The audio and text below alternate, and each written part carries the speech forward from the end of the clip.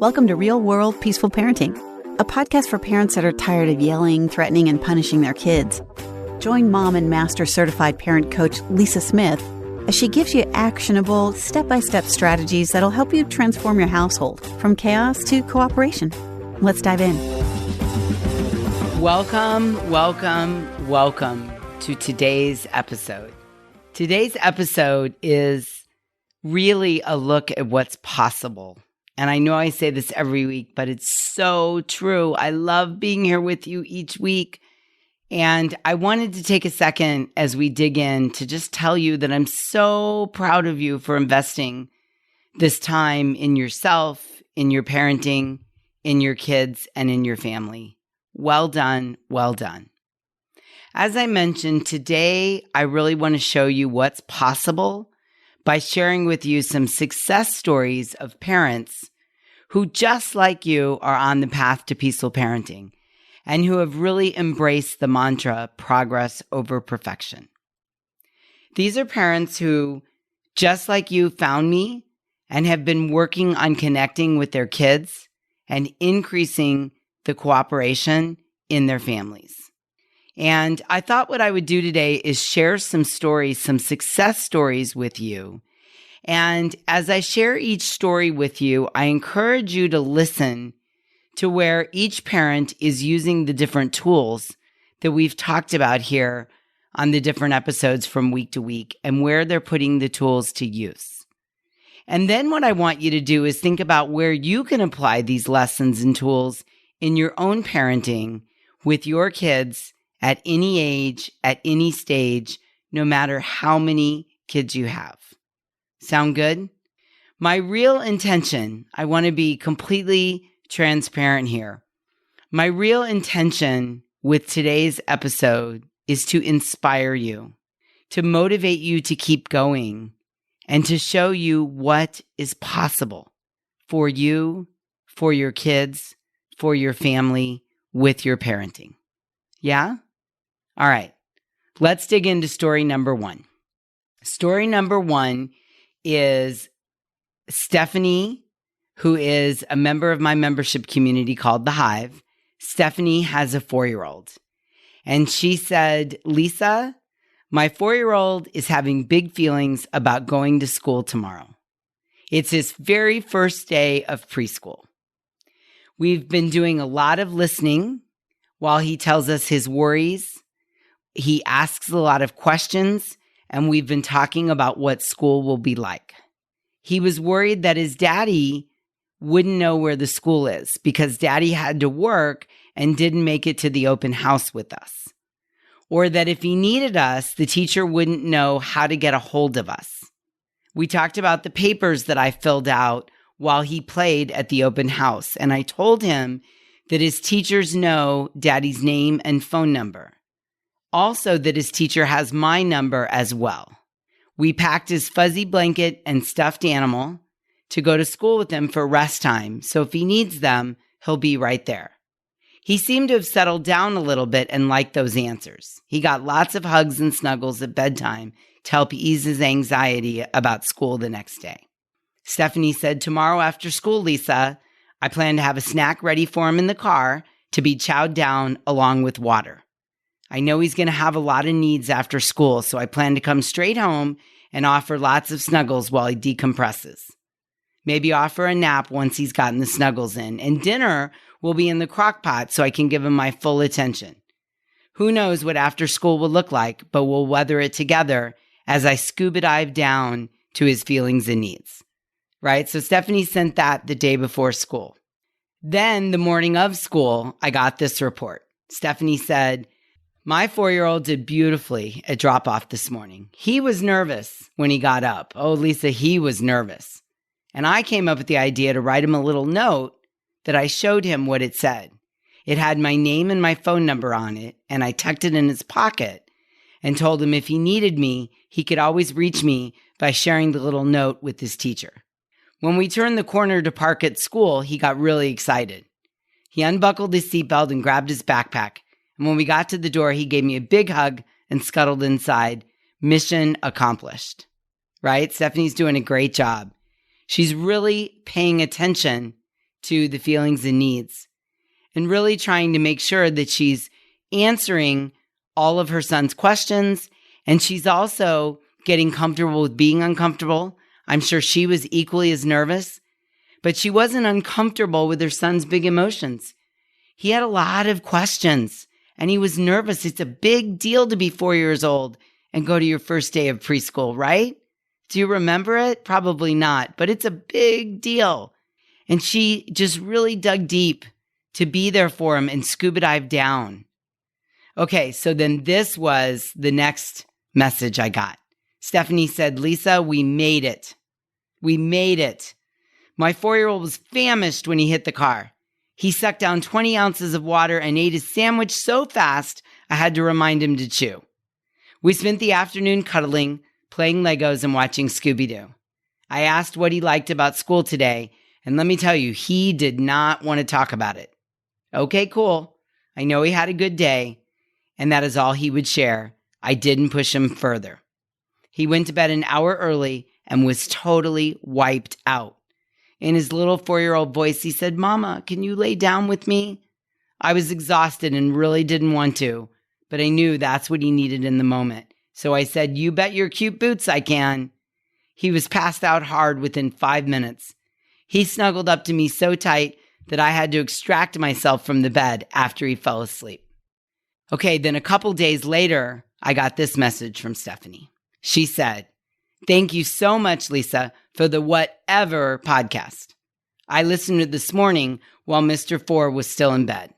We're on week 2 of school, and it's going fairly well, although we had a quiet evening last night, and I could feel a storm trying to roll in. As Mr. 4 was being a bit grumpy this morning, I kept making sure to regulate and harness my thoughts. He would snap at me, and I would reword it in my mind, making it mean, Mama, this is really hard. Thank you for loving me through it. He currently is behind the couch hanging out. Earlier, I asked him a question, and he snapped at me again. I'm not answering you. I'm ignoring you today. Stephanie thought, okay, cool. So then she asked Mr. 4, are you hungry? And he snapped, no. So she went and made him lunch and got him a bottle of water. And she wrote, she said it where he could see it and just walked away. And then she reported, pretty soon there was an empty plate in my view. Every now and then I go back into his room and snuggle with him, then leave him be. It's a very interesting dance happening here at our house today. I have no idea how long he will be behind the couch, but I am totally fine with it as he's getting his needs met. And I'm remembering that what he really means is, Mama, this is really hard. Thank you for loving me through it. Awesome job, Stephanie. Right? Well done. Let's give Stephanie a round of applause. She did a really great job here. What did you notice? So let me ask you, what did you notice? I certainly noticed that she's aware that his behavior comes from unmet feelings and needs, and that he probably has a ton of anxiety or nervousness or uncertainty around starting school. And he needed a lot of empathy and understanding and attention and appreciation and acceptance, right? Oh, she did such a good job. And it didn't go perfect. He had some snarkiness. He had a meltdown. But she stayed regulated while he was speaking the language of help. Oh, I love it so much. I can't stand it. Okay, here's another story, another success story I want to share with you. Now, remember, we're looking for where the parents are using the tools that we've talked about in previous episodes, right? Think of these as like case studies where we get to peer in and look at what and how parents are putting the tools to use. All right, this one is from Susan. Susan said, Lisa, I had a win last night. Last week, I got coaching about my daughter hitting me and her brother. As you can tell, Susan is in my membership community called The Hive. So she reported, I've been working with my daughter on the hitting and showed her that if she's mad, she can hit her bed or stuffed animal instead of hitting me or her brother. Last night, she was mad and had her arms up and fist-balled like she was going to hit me. And I said to her, it looks like you're mad and want to hit something. What could you hit instead of me? She ran out of the room and came back with the stuffed animal that she threw on the floor and started hitting. Oh my gosh, Lisa, what a victory for all of us. I was so happy. We are slowly going down the right path of helping her redirect her dysregulation to something safe and acceptable. Good job, Susan. Good job. Well done. Well done.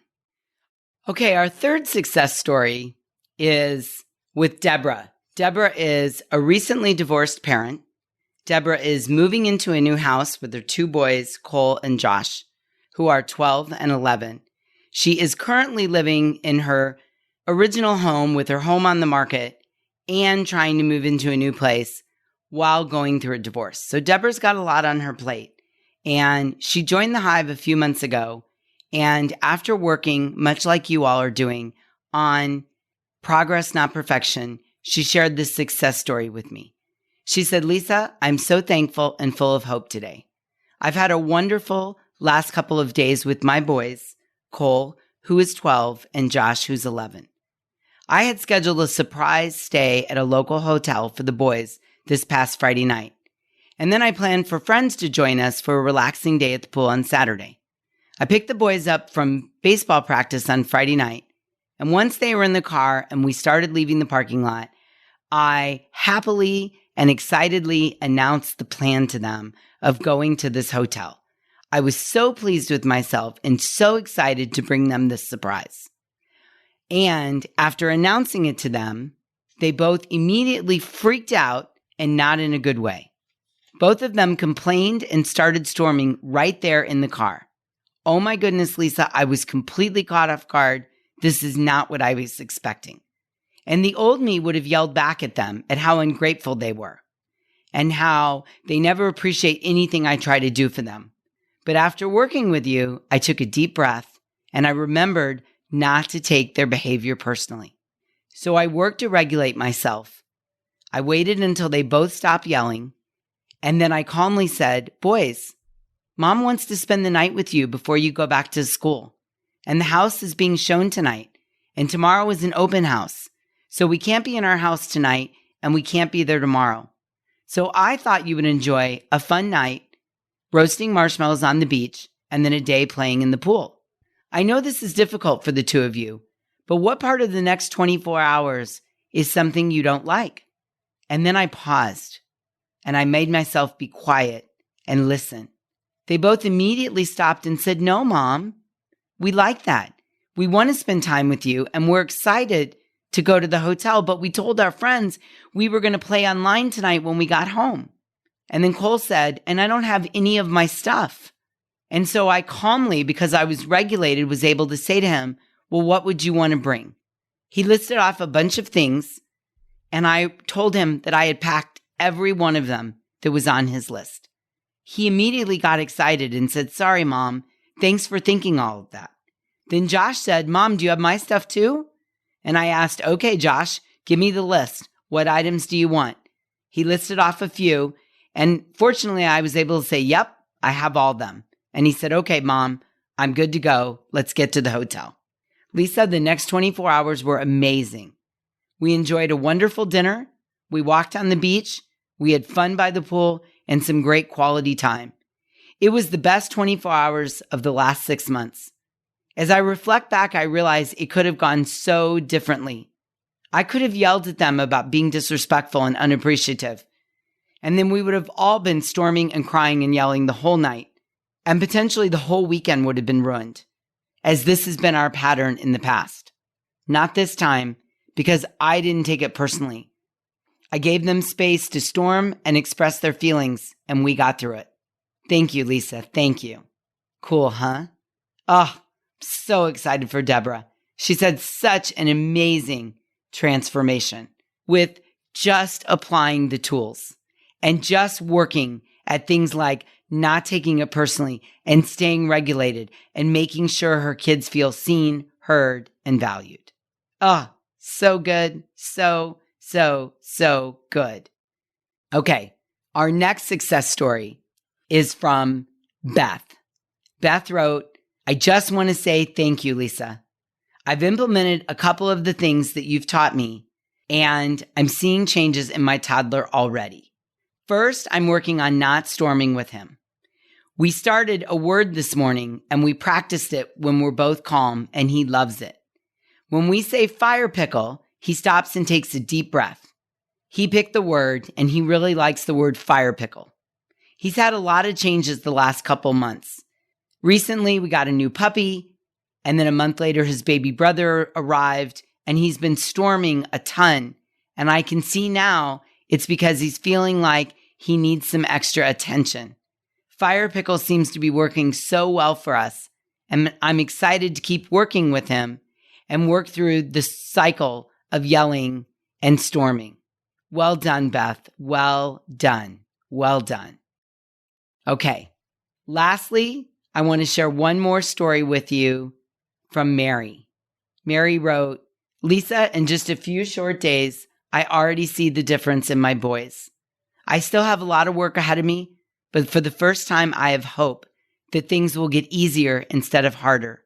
I've honestly seen the look of surprise on my youngest son's face when he yells no at me, and instead of yelling back like I used to, I say, tell me more. The love I see radiating out of his eyes is truly amazing, and the calmness I feel when I say, tell me more, I feel like a completely different parent, and it inspires me to keep going. Well done, Mary. Well done. These are amazing stories, right?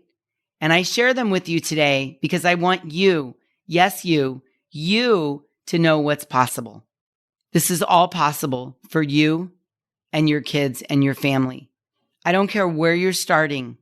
I don't care what you've done up until now. You can get on the path to peaceful parenting. Just like Mary, just like Beth, just like Deborah, just like Susan. You can get on the path to peaceful parenting. I work with parents just like you to sift through their emotions, their parenting, and their stories. I guide you through the process of healing so you can show up and be fully present as parents. I teach you the tools that put you in connection with your kids and on the path to peaceful parenting. And what I know for sure is that when we invest in ourselves and our families in this way, magic happens. Magic, I tell you. Imagine knowing that no parenting challenge is too big for you because of the vast experience and support you can immediately draw on within the Hive. Oh, that would be so great, wouldn't it? And you can make it a reality with what I coach and teach you in the Hive. So I want you to go to thehivecoaching.com. That's www.coaching.com to join. I cannot wait to work with you. Thanks for listening to Real World Peaceful Parenting. If you want more info on how you can transform your parenting, visit thepeacefulparent.com. See you soon.